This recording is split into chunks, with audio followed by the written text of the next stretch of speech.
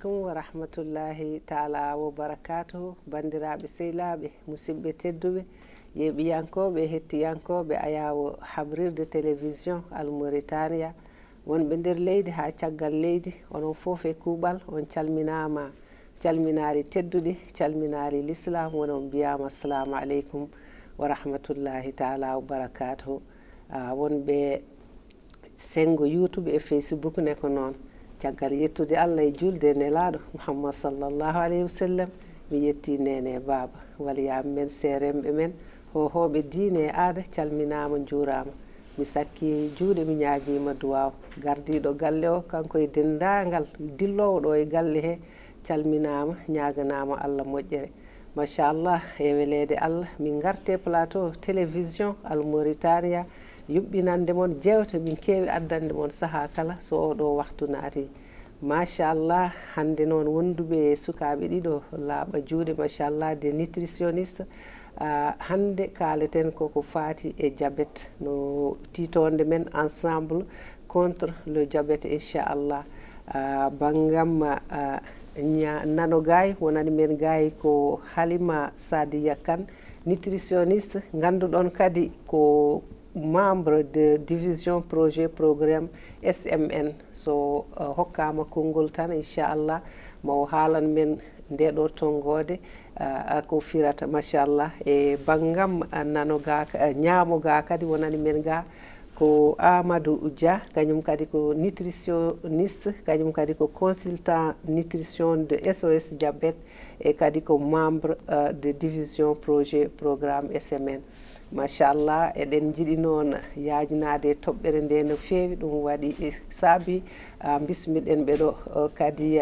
koɓe membre no mbimini SOS diabète ko ardi ɗum ko présidente mabɓe woni Habibatou Cissé machallah kañum noon hande noliɓe ɓe représentant ɓe ɗo no wiite ni sa wonde sukaɓe e sahaji aɗa wawi oppude ɗumen jaaha mbawa andude kañumen kadi so ɗiggini machallah ko dilloton ko SOS diabète noon koye structure mo ganduɗon dariɗo cirguiniɗo machallah pour sensibiliser et accompagner kadi e soutenir ɓeɗo wonduɓe e oɗo ñaw biteɗo diabète eɗen gandi kadi ko ñaw silencieuse machallah ɗum noon kadi ko ma jomumen accompagné mbawa kadi surtout hokkede hakkillaji no mbawi kadi rentorade ñaw o e surtout kadi no mbawi wurdude hen e comme en tant que nutritionniste hande maɓe kalan men wannon koye ñamde foof heɓete cellal ko hen heɓete ñaw kadi ko hen heɓete machallah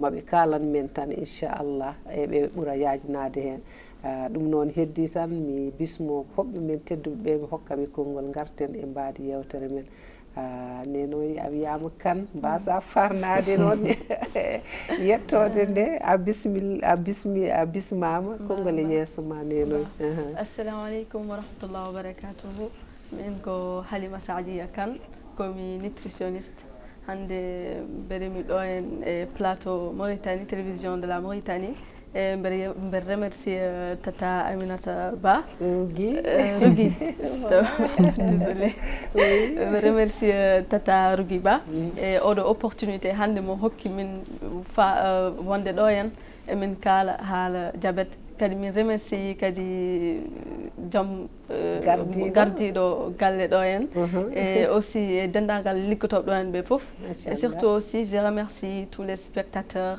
et oɗo émission daroɓe ɗo en on jarama no fewi et merci beaucoup pour l'accueil. Merci, voilà.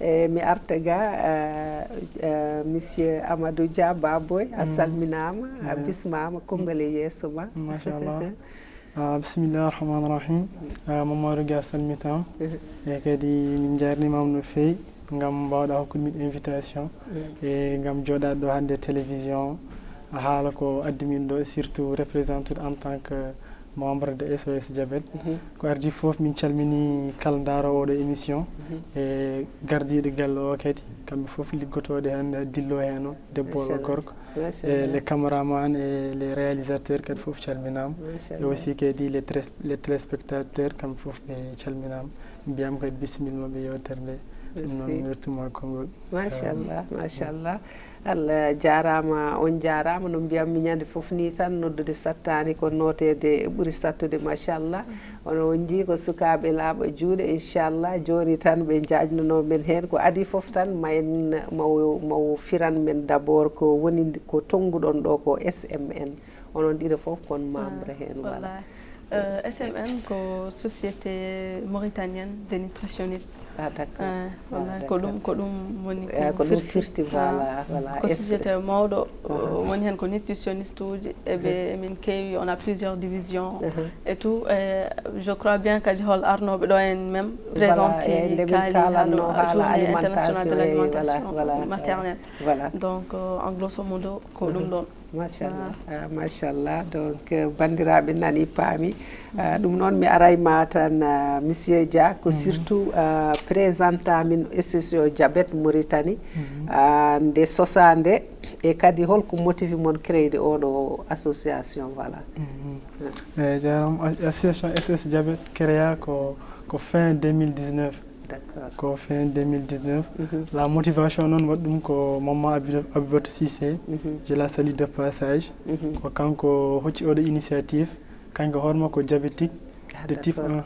Ah d'accord. Voilà, et wadde il y a combien de types de diabète? Il y a 2, type 1 et type 2. Voilà. Quand elle est sous insuline. Ah d'accord. Voilà, le moment de wada diagnostiqué o moins dum jogi diabète o humpiraki dum adinim kulol ɗum tagi mi jogade initiative créede oɗo opportunité pour wallude yimɓe mo ganda diabète mo ganda no parnirto hen ɗum addi idée créede SOS diabète. SOS noon firti tan ko aider diabète noon firti tan en grosso modo wallude tan yimɓe wonduɓe diabète 12 ɗumen voilà ko ɗum wonno fandare nde. Ah d'accord d'accord voilà ɗo joni hol objectif aji mon ɗon mawɗi e priorité moɗon hande o onon SOS diabète?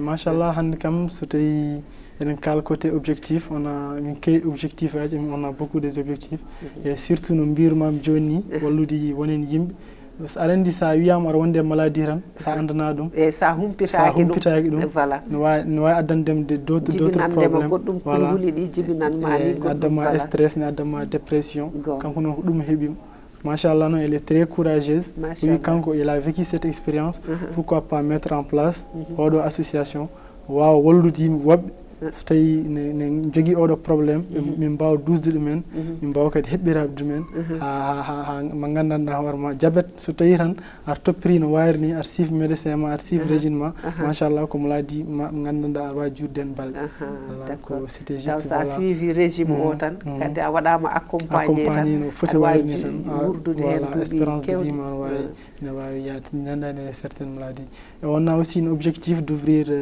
une cabinet de prise en charge surtout des patients diabétiques et surtout aussi de réduire les coûts pour les patients wonduɓe maladies chroniques et pour leur consultation so tawi ko au niveau de diabétologue walla en tant que nutritionniste walla diététicien hokkuma ñamelo ɗum no foof on a ces objectifs là et toujours on a ces projets là encore. Machallah machallah e eɗen gandi noon toute chose ko jiiɗa kala ko jiiɗa ene waɗi caɗele onon hol caɗele guuroton hen? Voilà bon caɗele ɗe kam ne keewi no mbirumami ni tan par ce que au début idée o ari tan o créé ɗum e minen on instant on était des étudiants ko nder faculté min gonno donc on n'avait pas trop de temps pour vraiment venir soutenir. À un moment donné, c'était en 2023, d'où j'étais le président des clubs de nutritionnistes. On a pu se collaborer pour faire une journée de dépistage de diabète au niveau de la faculté et suivi aussi d'une conférence. C'est à ce moment-là que j'ai eu l'opportunité vraiment de l'encourager et surtout de la soutenir à ses activités. C'est depuis ce moment-là qu'on a intégré mes associations. Mais quand même, côté problème, on a beaucoup de côté. Certes, on a des partenariats, mais quand même, on a côté de finances et surtout d'identité. Parce que même d'ailleurs, l'association, il y a comme une adhésion. Voilà, on était là, il y avait des objectifs, il y avait des activités. on faisait une appel tan ngari hande eɗen jogui activité tel walla pour wadde oɗo quartier dépistage et puis voilà on mobilise une équipe et les bandelettes et les glycomètres komin mbaɗata dépistage tamin jaaha min débarque ɗon min mbaɗa des résultats et puis voilà on garde. Mais c'est à ce mois de septembre là qu'on a pris une initiative de faire l'adhésion. Et joni l'adhésion c'est en cours. Donc jiɗ adhérade fof donc l'association elle est dans tous les réseaux, mon page TikTok, LinkedIn, Facebook et tout, et aussi on a un numéro commercial. Jomum waɗat tan ko association SOS Diabète en Mauritanie tan naata hen. Et aussi qu'il y a toutes les activités qu'on a pu mener fof nan hen. Machallah. A wi ko fin 2019 ko nden keptina ɗon walla ko nden tan puɗɗi ɗon? Non, nden juste idée o ari nden créa. Mais min keptina ko vraiment ko nder 2020 juste après le corona. Ah d'accord, nden keptina ɗon. Voilà, nden min keɓi récépissé. D'accord, machallah. Aɗa andi no mbiɗa ni ko accompagne haali kadi ko pour surtout wonduɓe hen ɓe joni wallidde ɗumen guila e médicament ji fof aɗa andi weeɓani et donc tan est ce que ɗon jogui des partenariat woni côté santé publique o les ONG les entreprises woni des partenariats tan wawɓe hokkude mon en coup de main pour allégande mon tâche waɗe gandi wona ko weeɓi. Voilà, wona ko weeɓi. Machallah min mbi alhamdulillah rabbil alamin. On a plusieurs partenariats comme ministère de la santé. Donc aussi kanko jaggi vraiment association. Voilà, et harande ko combat. Voilà, ko combat on a gortan weebir. Et aussi OMS, il y a Organisation mondiale de la santé. On les consulte tout le temps sur le journée mondiale de diabète. Et aussi il y a Carmeuse, aussi ils sont là depuis des SOS Diabète créés. Ils sont toujours là. Et aussi il y a Lions Club, ce sont des jeunes associatifs. Ils sont partout, machallah, depuis qu'on a créé. Aussi, il y a notre cabinet Nutri Conseiller, qui est le président Abdrahman Diop, je le salue de passage. Ah d'accord, lui aussi, il est très actif sur je l'invite souvent même. Il est très actif, il soutient toujours les activités, on donne des formations aux patients diabétiques. Surtout quand on revinde formate parce que nous bidani be invite nomi do journée mondiale de l'allaitement maternel ko kanko invite nomi o wi no joni mbeɗe ƴeewa élément jam ɗi ɓe dursito mi ƴeewa so ɓe ɗiggiri walla ɓe ɗigginani. Mais je pense tant que monsieur Diop a été vraiment très content, voilà, oui, machallah. Et aussi on a le partenaire qui est BP. Ah d'accord. BP, voilà, parce que aussi ils ont certes une côté Keod, surtout à l'occasion de journée mondiale qui se présente, ils nous ont donné beaucoup de glycomètres. Glycomètres, un appareil, mon bada andu du taux de glycémie. Donc ces glycomètres là. Le fait à un gilgal mon aria hôpital. Voilà. Il y a soukarma. Donc en tant que diabétique, à fort joga dumi. Voilà. Donc quand le pinda kamar diaw soukarma, on voit voilà. Machallah, quand le cocaïne dit donne ces matériels là, Inch'Allah, on va distribuer ça aux patients diabétiques. On doit diabète Inch'Allah. Et aussi on remercie encore Région Nouakchott dont on est partenaire. L'étude aussi, voilà. Machallah. D'accord, machallah. Donc comme nutritionniste uji kalten ko affaire diabète nenoy surtout expliquer yimɓe diabète le mot diabète yimɓe ene nana ɗum kono hewɓe kamɓe ɓe andi gandani ko ɗum firi voilà. Wallahi machallah diabète kañum ko ñaw saabi ɗum ko ɓurodiral entre sukar sukar naate e nder ƴiƴam en fait genre to sukar o ni ɓurti nder ƴiƴam meɗen et donc ɓandu meɗen wawa liggoraade ɗum correctement comme il le faut. Donc c'est juste ça le diabète. Mais ganden noon diabète ni waɗi deux types e waɗi type 1 et type 2. Type 1 noon heewi arde koye cukaku en fait. Et on noon ko ɓandu cukalel ngel ala insuline suffisamment. Insuline kanim ko hormone, kanim permettat, kanim régulate entre sukaro sonati sen nyami, sukaro kanim régulate dum pour waaw yaade di jam. Bien régie kanim woni régie o. C'est ça quoi, oui, régie exactement. Et diabète de type 2 non, on est à un âge avancé. Ah d'accord. Ouais, c'est ça. Kanim kadi burdo hewde do gaay leydi diabète de type 2. Dum jon enen jon diabète de type 2 dum ko sabi dum firti ko jomum ko gilane famdi traitani dum mawna dum mais diabète de type 2 on arrête en fait. On arrête tan ko nien mais c'est inné arrête tan way wazi hen heptoma avec l'âge en fait way a heptadema dum jon on diabète de type 2 ar jogi insulino mais insulino watta liggey mudum correctement comme wonde réguler entre sukaro sonate di jamla be tout donc c'est ça en grosso modo quoi woni résumé. Voilà. Et comment neɗɗo no wawi rentorade eɗen gandi on nadi mieux vaut prévenir que guérir. Rentade ɓuuri safrade.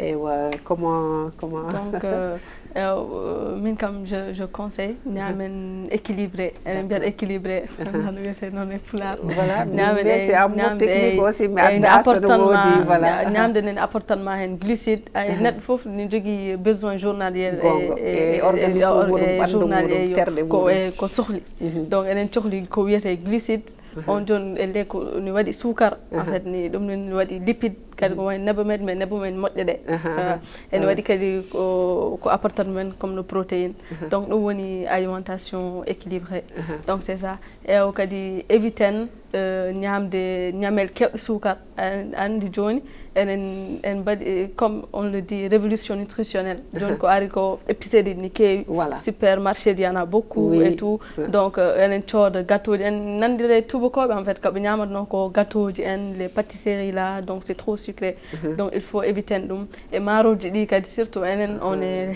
en Mauritanie enen Afrique fof kam voilà c'est ça on consomme beaucoup de riz rio non enen poti éviter dum et surtout kan ñamel kadi kewde nebamay de enen poti kadi éviter dum trop gras ko woni trop gras surtout on doit l'éviter et mbaden kadi sport ay don sen nani sport tan mi jodda ko salle de sport oui des sports intensifs alors que c'est pas ça en fait oui, c'est plus recommandé ni bala jadon da oui marche 30 minutes par jour et an jon a wonani obligé ara yaha bowal wala bonno teni ara yahara dog non galle ma tan der galle ma der suuduma wala dow terrasse ara wawi yano radio don wallahi 30 minutes jogada kurusma en même temps kaba hen hasanatuji en même temps kadi ko cellal mo donc c'est ça voilà machallah et wakon joni les principaux facteurs de risque de ganduda ko di saboro jomum heba voilà voilà eni heewi parmi les facteurs déjà en gandi won hen diabète ko héréditaire genre ko don ar way ronde hen par exemple bammani wonde diabète wala tane bimtane yumma de wonde diabète en jon tu as de fortes chances d'avoir ce diabète là dum non ar foti éviter dum et surtout kadi wasde wadde sport comme no mbino mini wasde wadde sport kadi ko facteur de risque e ñamde kadi ñamele bonde de fast food aji en kewde neba men taw ala battane mo c'est ça min wiyata adi ñamade wiya ha horam e duube kitale mbiya woy horam taw hankan nene affaire négatif o fof yalti et surtout kadi wadi facteur kadi woni surpoids jogade poids no fewi enen kadi jogi Afrique c'est surtout ça l'Afrique ha tengti non enen Mauritanie nabe sa ala bandu tan sikete kad jogi en souci sikeke a nemaki sikeke voilà tu te gaves toi-même ni pour juste have des poids alors que société o dum nin men dum en fait sa dum tan bima mat asellani wala a ñamata ko gonduda alors que hol souci ji jogida kambe ko gonduda et tout wala be bi debbo jon so ala bandu wete ko on le considère pas comme une femme en fait dans la société dum koy mentalité di foti changer ay foti woni changer de won ko gandumi o ala bandu o wi be mbiyam an kam hokku jom galle ma woni ala ko mankire da galle aron kamata yo o wi taw kanko elle fait un régime pour ne pas grossir parce que surtout avec l'âge kadi jodo e koyde ma sadi yaha ko tampere sadi juula ko tampere voilà c'est ça grosso modo d'accord Voilà, et Baboy année ko ɓeydata hen les principaux facteurs de risque à surveiller pour donc machallah ko haalerno fof o haali halima haali donc ɓeydata hen seeɗa tan kono no wirni tan diabète ko problème régulation de l'insuline voilà. dans le sang. Il y a deux types, il y a type 1 et type 2. Voilà. Mais comme type 1, comme ça représente juste 10%. D'accord, voilà. Oui, parce que la jeunesse, voilà, pour hewde jaggude ni ko sukaɓe tagi nden inde wiyatno diabète juvénile. Diabète sukaɓe. Voilà, donc on diabète non ko ka insuline dépendant, c'est-à-dire à chaque fois, à chaque repas waɗat injection d'insuline. Voilà, wona kam avec à long terme ala ko bonnantuma affaire insuline o walla non pas tellement. Si tu suis tes régimes et insuline ma moƴƴi activité physique. Voilà, activité physique surtout. À chaque maladie il faut l'apprendre, il faut kadi ganda ɗum sa jangi maladie ma tan a andi ɗum tan aɗa wawi wurdude hen. Voilà, c'est ça. Yimɓe heewi ko ɗum tan ɗum ni. Voilà. Mo type 2 non on ɓuri tentude no wirni parce que on ça représente presque 90% de cas de diabétique. D'accord. Type 2. On ça vient avec l'âge. On a ko moment de vieillissement supérieur à 40. C'est dit tout. Hedde âge o capannayyi faydo. Voilà. Holdum addi ɗum c'est dit tout simplement au changement de mode de vie. Ah d'accord. No gonirɗen neni, no mbaɗirɗen ni, on natten waɗirde non. Par exemple gonɗa cukagu woni activité ji mbaɗannoɗa ɗiɗon tan gusta ɗum noon favorisata. Voilà, tout à fait. Parce que en joni ken sukaɓe machallah eɗen dilla aɗa yaha aɗa yiya nangue mais sa ari à un moment donné tan han kadi activité ji ma minen a jamais fawi dow hankande goto neno e arga Baboy arga donc enen mawɓe ɓe kalami sen mbawi mbatten dillude.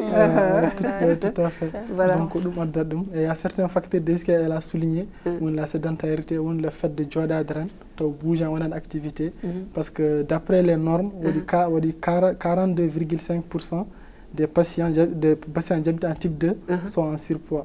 Et surpoids non, c'est énorme, c'est énorme. Voilà, et 39,9% sont en phase de obésité. Comment nous indice masse corporelle, c'est à travers IMC, bora rigide, ganda surpoids moi. C'est à travers poids sur taille au carré. Ça dit poids moi et taille moi. Si tu as compris par exemple, Johnny, si j'ai, par exemple, c'est un exemple, j'ai 1m85. 1m85. Voilà. Par exemple, je pèse 66,30. Et taille 1m83. Ah d'accord. Donc moins que nous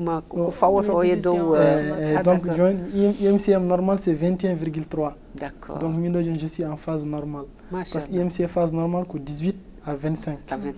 Au-delà de 25 à 29, donc tu es en période de surpoids. Donc non,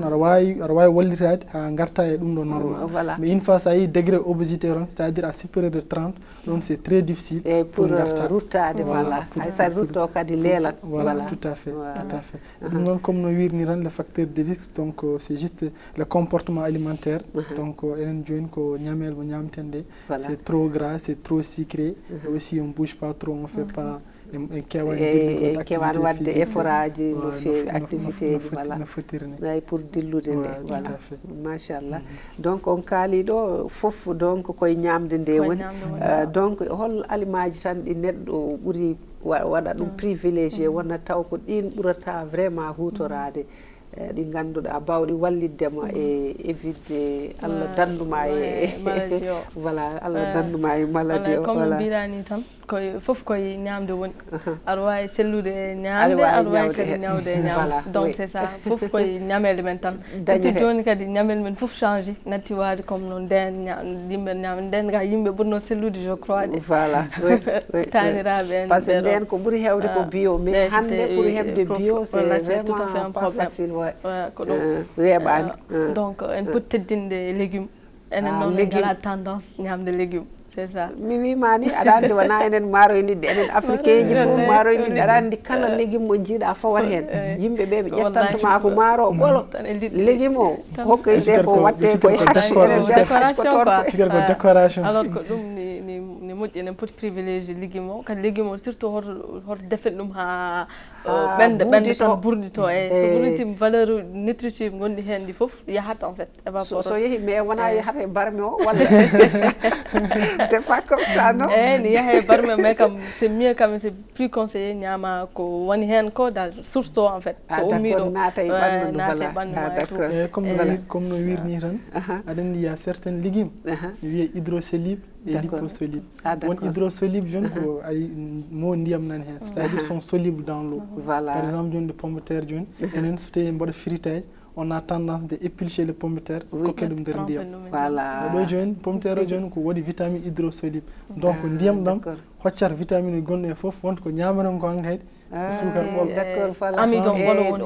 oto yahi ndiyam ɗam oto yeehi ndiyam ɗam vitamine o yaha dufen ɗum après ñamen ko woni sukar ko voilà surtout rewɓe ɓe comme ɓe ngala temps aɗa andi min épilchat ɗum law min ɗumnina ɗum law min trempa pour ndemin jiiɗi ndemin cohli foof taw déjà ne woni prêt voilà donc rewɓe on nani ɗum c'est à éviter son épilchi tan ɗumnine voilà c'est ça et activité physique ne hol rôle muɗum e ɗuma diabète activité physique sport voilà eɓe kewide égal santé sen kaali haal activité physique tan ça englobe tout comme no mbiɗa ni tan activité égale à santé voilà donc c'est pas pour le cas de diabétique wala c'est pas kadi pour le cas de hypertendu ay neɗɗo gonɗo en bonne santé normal voilà normal ne foti pratique d'activité physique ce qui est recommandé d'après le nombre de OMS on doit pratiquer minimum 30 minutes par jour.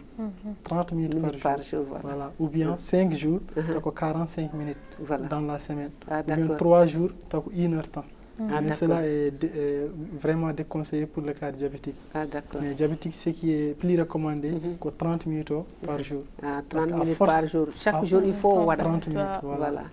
Donc, diabète, on jogiiɓe diabète ɓe kettoɗe ɗo no feewi surtout marche o kam nayejo suka fof nde wawi wadde ɗum voilà te ko ñalawma fof nde Allah findini on fof ko nden poɗɗon wadde ɗum voilà kadi ɓe ils ne sont pas obligés kaɓe jalta boowal galle mabɓe nder cuuɗi mabɓe ni mbawi yaade ɗo joggo course mabɓe comme no mbimi eɓe berdi ɓe keɓa baraji Allah kadi pewna hen ɓandu ma voilà c'est ça tout à fait kadi aɗa andi woni yimɓe joni sa yiɗi men activité physique tan pamata d'accord par exemple min joni deux fois mi wi an waɗa activité physique woni coftal ɓalli mais min guilsu ba ko gonnomi ko yaade mi yeehi jeere mi yeehi activité physique won jaaha sans objectif ɗum woni vraie activité physique par ce que an joni so tawi wona hono joni mi ñalli wuppude mi ñalli defde mi ñalli pasde wala yeehi jeere walla arti par ce que ko sans activité physique jaaha tan taw ko pour yaade wala objectif nder hoore ma par exemple minen joni so mi jaaha ɗo université sar ko stress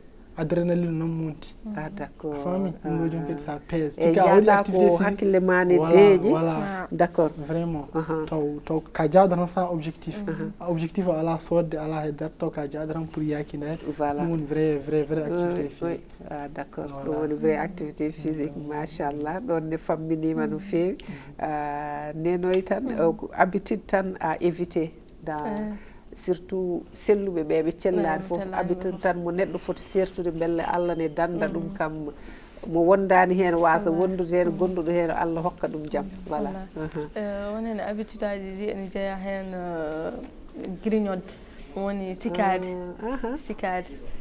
noon enen jogui habitude ñamde kaccitoɗen entre kaccitare e bottare ñamen kadi ñamen gueɗe tan ko ɗum ni nane apportatama haydara sowona graisse apportantema et tout donc woni sikade tan dal woni tan ñamde entre les repas hono a haccitima avant midi kala ko keɓɗa tan nde weddo e hunko ɗum woni grignodde c'est à éviter mais ɗum ni waɗi solution kadi aɗa wawi to an aɗa andi hoorema ka grignotoɗo tout le temps aɗa wawi ƴettude womre guerte tan walla jaaɓe walla ɓohe tan mucca hen kam seeɗa avant bottare mais ñamde n'importe quoi walla chips en gâteau ji en walla croissant en tan ni ñama tan grignoto ɗum fof ni haada en fait.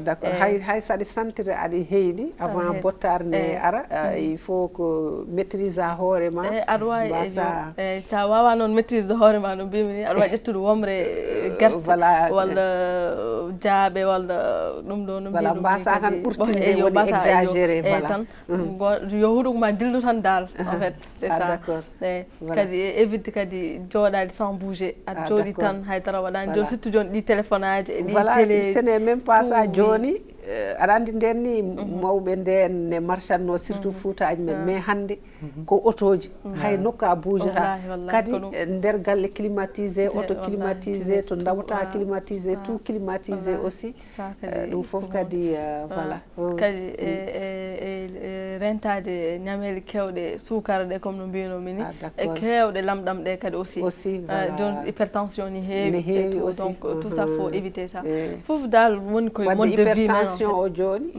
woni tension ngaji montoji ɗi ko lamɗam sabotoɗo ko lamɗam ni sabo ɗum sabat voilà voilà eyyi ko mbiton yonta mon ande par ce que ko kamɓe kam ni poti haaldede kamɓe goni hunƴuɓe ɓe woni les gourmands te koɓe jii foof koye hunko tan fayi voilà ko mbitonɓe les jeunes là voilà kamɓe yoɓe andi kadi enen ɓalni men subhanallah Allah noon tagiri men en fait waɗi en jogui horloge meɗen les montre ni en fait gonɗe meɗen c'est régulé ne waɗi heure uji ko ɗum foti wonde ɗi heure uji ko ɗum foti wonde heure ɗeygol e pinol heure mo ñamata emploi de temps ni tan subhanallah ko noon Allah tagiri men et tout donc kamɓe joni mo mbawa maîtrise koye mabɓe ɗi ɓe poti tan ko ɗumninde koye maɓɓe mbaɗa rewi efforçade koye maɓɓe wi ko noon tan ɓe ɗumnina neha koye maɓɓe quoi avec le temps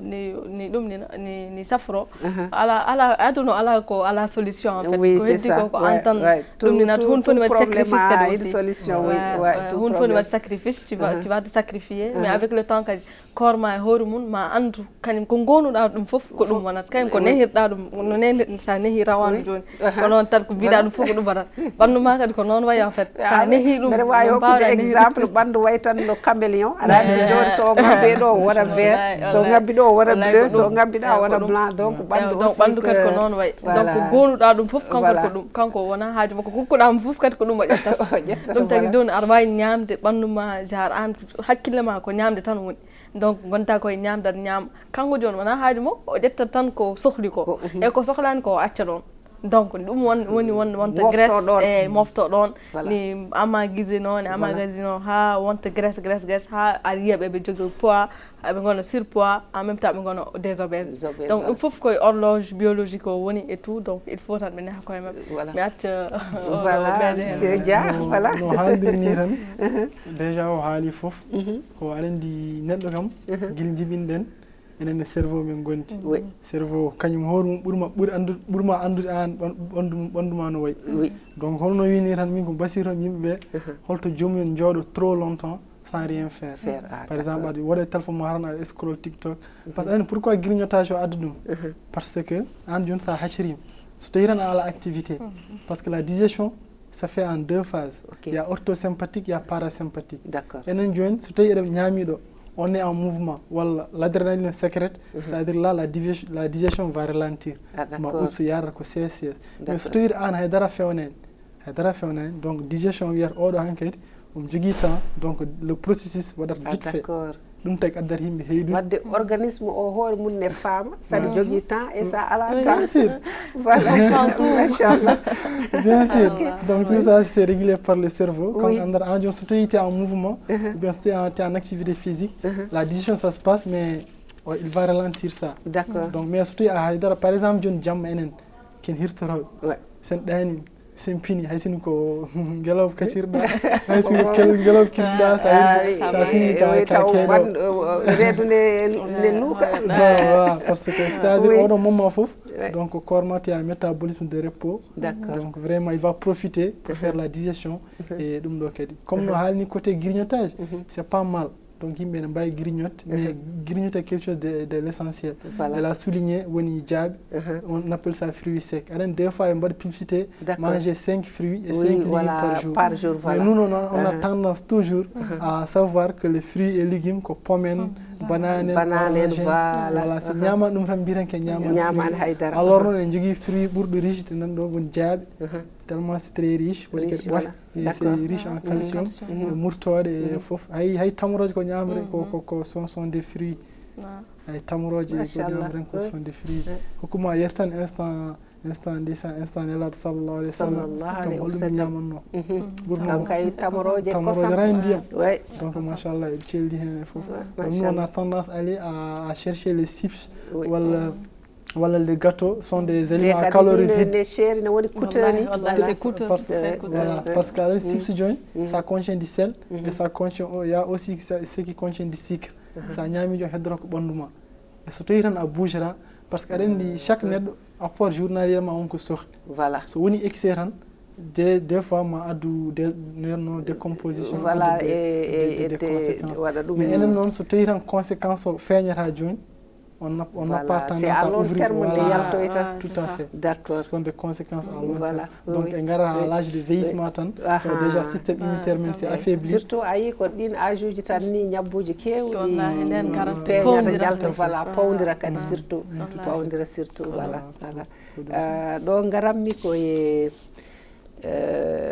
ɗuma mon journée mon woni ɗuma ouverture officielle de l'association SOS Diabète à l'hôtel Azalaï eɗen gandi le 14 novembre inchallah kañum woni journée mondiale du diabète donc onon ko hen machallah association mon suuɓi wadde ouverture officielle de l'association to hôtel Azalaï holko mbawɗon humpidde min e o journée alhamdulillah avant tout je remercie tous les adhérents de SOS Diabète darde mabɓe aussi fandare mabɓe machallah guilɓe gummi ɓe daraki certes minen foof parce que là-bas il y a plusieurs prix disciplines parce que waɗi des infirmiers waɗi des sages-femmes ne waɗi des médecins généralistes ne waɗi des nutritionnistes donc c'est pas vraiment une groupe tan garen bien créé en SOS Diabète vraiment c'est dispersé wonen wonɓe fonction publique d'autres kadi fonction privée mais à chaque fois jomum en gocca privilège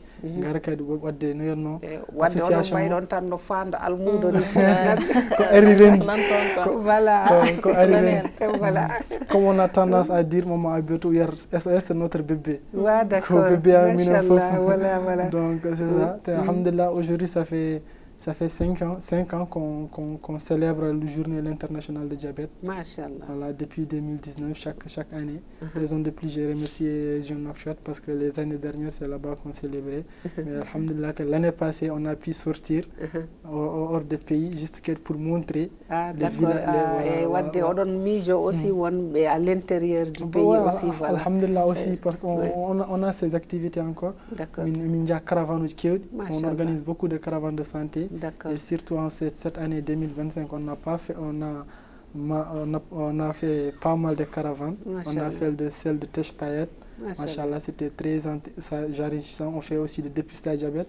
Des fois même, on a tendance à dépister certains gens comme le diabète.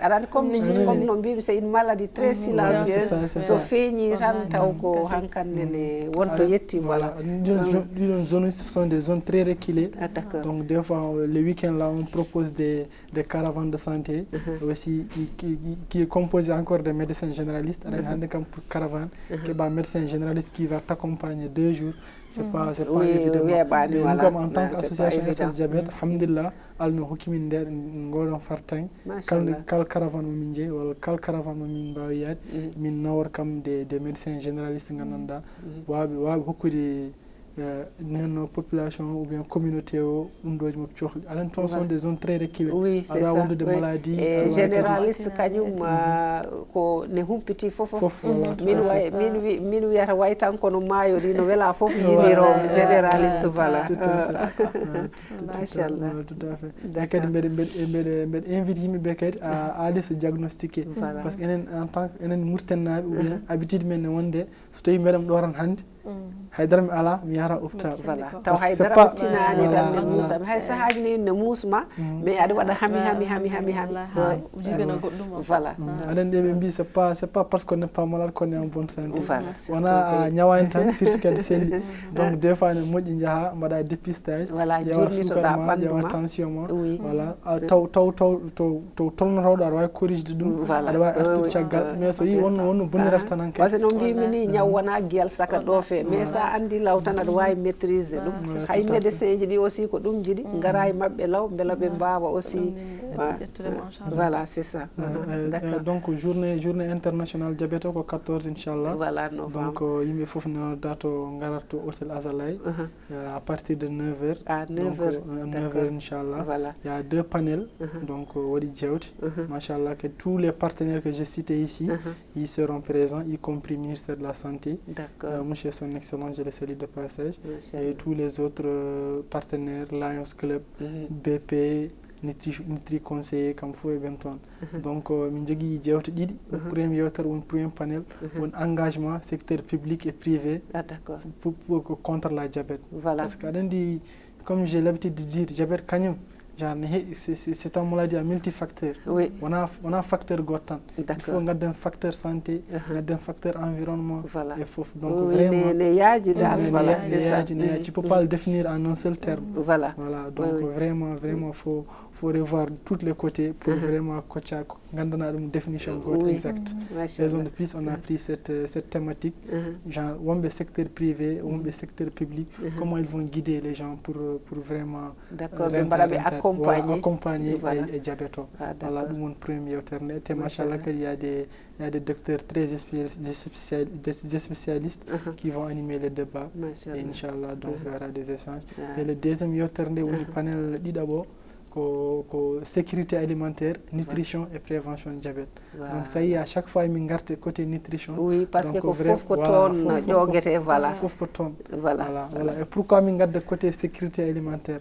Parce qu'il y a une sécurité alimentaire pour prioriser l'alimentation locale. Ah, d'accord. La famille, tout le monde a un point, sécurité alimentaire. Je me comment gérer la sécurité alimentaire. Voilà, j'ai accès physique, accès économique.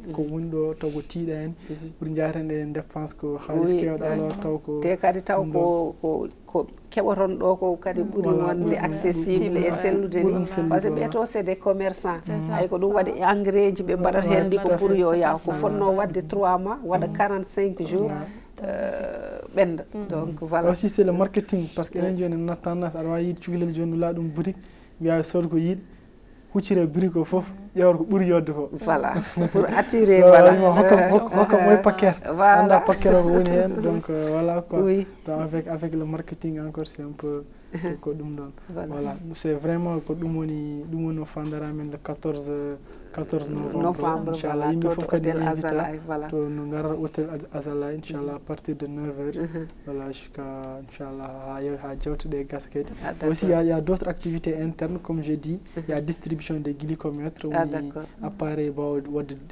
holludema sukar ma holdo tolni et fof inchallah te en tant que diabétique kadi ça ari kadi c'est un privilège parce qu'il y aura des docteurs il y aura des nutritionnistes donc taw c'est gratuit voilà on ñalawma voilà tout à fait voilà. Alhamdulillah, aussi, on a un groupe de WhatsApp qui est composé de 600 personnes, machallah. Voilà, tous ce sont des diabétiques vraiment de international. Comme vous avez invité à la journée kadi naftorade bénéfice de hen aussi, machallah. Voilà, donc Madame Kane neno e ande ko ɓeydata hen mbasa farnade noon anani o haali fof ko ɗum tan voilà woni programme on jour voilà voilà le 15 o kadi voilà et voilà le 15 aussi le lendemain oɗon mbaɗa randonnée PDS woni marche de santé voilà et ko holto fuɗɗoto holto wortoto et kadi heure o et surtout ɗon holɓe vise ɗon on jour voilà d'accord aɗa marche o idée marche o holno ardi parce que comme no mbimi joni ni depuis 2019 ha hande ça fait 5 ans chaque année on le célèbre avec des conférences. D'accord. Et change un peu, voilà. Visage, voilà. On est innové. Tout à fait. Innové, voilà. Nous moji ngaren, kalen diabète, ngaden machallah docteur mobe wala nutritionniste mobe. Machallah. On fait une très belle conférence, des très belles panels. Voilà. Mais après, elle a impact. OK. Tu vois? Oui. Vraiment. Yimbe mbawi retende hen voilà. Oui. Donc vraiment dum hokkam une idée wadde marche en tant que wadde ko hikka woni première fois e mbaɗɗon hen introduire marche o. Ah d'accord, voilà. Tout à fait. Donc vraiment on a pris cette privilège. Les diabétiques encore, c'est juste encore c'est d'offrir une aide pour les patients diabétiques. Voilà, opportunité, voilà. On a diabétique. Il y a marche pour les diabétiques. Ça on a diabète, à la diabète, ça arrive. Voilà. Ils vont sentir tina quoi. Oui. Donc vraiment c'est leur journée. Voilà, c'est ça. Donc faudra bien venir les. Et do joni ko kambe fof gondude hen mo wondani hen fof kambe fof voilà, wona paquet goto tan. Voilà. Donc on remercie encore monsieur le maire de l'Elmina. Ah d'accord. C'est lui qui va assurer toute la sécurité et l'autorité. Voilà, oui, pour wasa débordude dal. Voilà. C'est important. Fuddoto ko château d'eau d'Elmina. C'est à partir de 8h. Voilà, jusqu'à mairie d'Elmina. Ah machallah. Voilà. Donc c'est pas appelé seulement les diabétiques, c'est ouvert à tout le public cible. Voilà, en plus il y aura que des causeries internes en fait. Par exemple, il y aura des spécialistes, il y aura des nutritionnistes en tant que diabétologue, en tant que des maladies diabète ma wawi humpirade ɓeɗo yimɓe gratuitement jewtan hen kadi kala état santé ma jomum kadi mbawi wallirde men kadi donc vraiment ko fartangue mawɗo min ƴeewa kadi oɗon ɗum ɗo holno impact o wayrata kadi voilà surtout voilà kadi mi ɓeyda hen seeɗa ɗum kadi ko c'est une fenêtre pour ouvrir aux diabétiques et non diabétiques même de connaître mieux le diabète, c'est-à-dire kamɓe joni SOS diabète eɓe jogui groupe WhatsApp eɓe kalde et tout, mais c'est pas tout le monde qui se sont déjà rencontrés. Donc ɗum kadi ko opportunité pour ɓe jindira face to face go fo anda goɗɗo eɓe nanotira meeɗa yindirde won hen meeɗa yindirde e kadi goo fof kadi ma dañ opportunité kadi goo fof woni haala to rewi diabète o comme no aɗa ande yewtere aussi ils vont s'ouvrir goɗɗo fof kadi heɓa hen information ƴetta hen hunde et comme il a dit il y aura des spécialistes, il y aura des nutritionnistes. Donc goo fof so haali to rewi parcours muɗum et tout ça ɗum goo fof ma hokku ɗum opportunité quoi. Donc andana yimɓe e yo kadi haymo wonnani diabète ɓe kadi ɓen kadi ma hokkuɓe kadi opportunité pour rentade wasde hebde maladie o inchallah. Inchallah. Ɗum noon tan mot de la fin tan ko mbito rendo ngo population téléspectateur uji men ɗi voilà surtout ha tengte journée mon oɗo le 14 novembre voilà 14 et 15 fois. 14 et 15 jours. Journée normale, journée que le 14. Donc, l'idée, c'était juste, cette fois-ci, on a voulu trop innover. On a juste une conférence, mais on a juste comme marche. Ah, d'accord. Voilà, mais après, andi en mbawi joɗade miijoɗen tan mais ɗum ɗo kadi goɗɗo go andi son disotiri woni concerté entre vous voilà après on a eu des partenaires comme ministère de la santé et d'autres donc pourquoi pas laisser ici les panels surtout ministère kadi lui-même il va se déplacer voilà kadi plus d'impact raison de plus min mbaɗi journée 14 jours les conférences et aussi journée 15 jours inchallah c'est Coco marche voilà. Donc on invite tout le monde que ce soit diabétique ou non diabétique ou kal bawɗo wondude maladie goɗɗo fof de venir soutenir ces patients là donc jomum mbawa yitade koye mumen jomum kadi gandane tina et kadi voilà jomum kadi tinno e nerno e ñamdu men leurs habitude o voilà kala gonduɗo ñaw walla mo andane ñaw ko guiɗe joni puɗɗoɗa voilà pour éviter des carences ultérieurement, voilà. à long terme. Donc voilà. Machallah, machallah. min mbiyatmi tan mi rewate Amadou tan. Voilà. Mais mbiyan moɗon surtout bouger. Voilà. Dille no feewi, dille ñaam waɗi cellal. Surtout les jeunes générations maintenant minen joni. Voilà. Min ñaama tan ko les fast food. Voilà. Trop gras. A yaari ɗo joni c'est un comédien ivoirien o wi sa naate galle joni jiya yumma e baba e ɓiɓɓe ɗen jooɗi o wi a ronkata andude hol gonɗo ɓiɓɓe ɓe e jinnaɓe ɓe tellement ko oɗon gavo des choses voilà. Donc ñaami ko moƴƴi jare ndiyam no feewi et surtout un mot de fin, une phrase de fin. Non, protéger sa santé aujourd'hui, c'est éviter le diabète le lendemain. Okay. Donc, ce qui veut dire que notre en pulaar ni dandude cellal muɗum hande ko renade diabète janggo rentade ɓuuri safrade mieux vaut prévenir que guérir. Voilà. C'est ça en fait. Voilà. Machallah. Garder un œil pour le diabète ko slogan amen en tant que SOS diabète. On dit souvent garder l'œil pour le diabète pour la meilleure santé. Donc hay sotti diabète o ara en soit diagnostic. Donc en tant que ɗum ɗo aɗa foti rentade bien par rapport à tout moment hayso ari kadi ganda kadi aɗa wawi wurdude hen ko maladie tan vraiment parce que a humpitimo voilà humpitimo déjà machallah tan kadi mbeɗe wasiyo yimɓe kadi ɓe toppir régime aji mumen voilà régime alimentaire o c'est important surtout minen rewɓe ɓe guitte koye moɗon wiide tan ko poids ko nden sikkete bien que tu es à l'aise dans ton foyer taw l'apparence est souvent trompeuse. En plus ils ont tendance de dire min mbeɗa hocca régime alimentaire mais ils savent pas comment faire. Rendi régime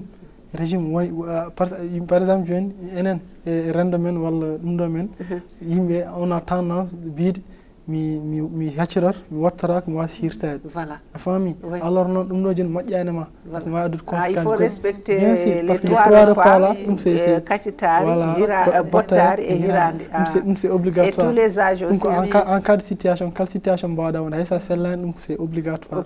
Woni tan ko les 5 prières dans la journée. Voilà, oui.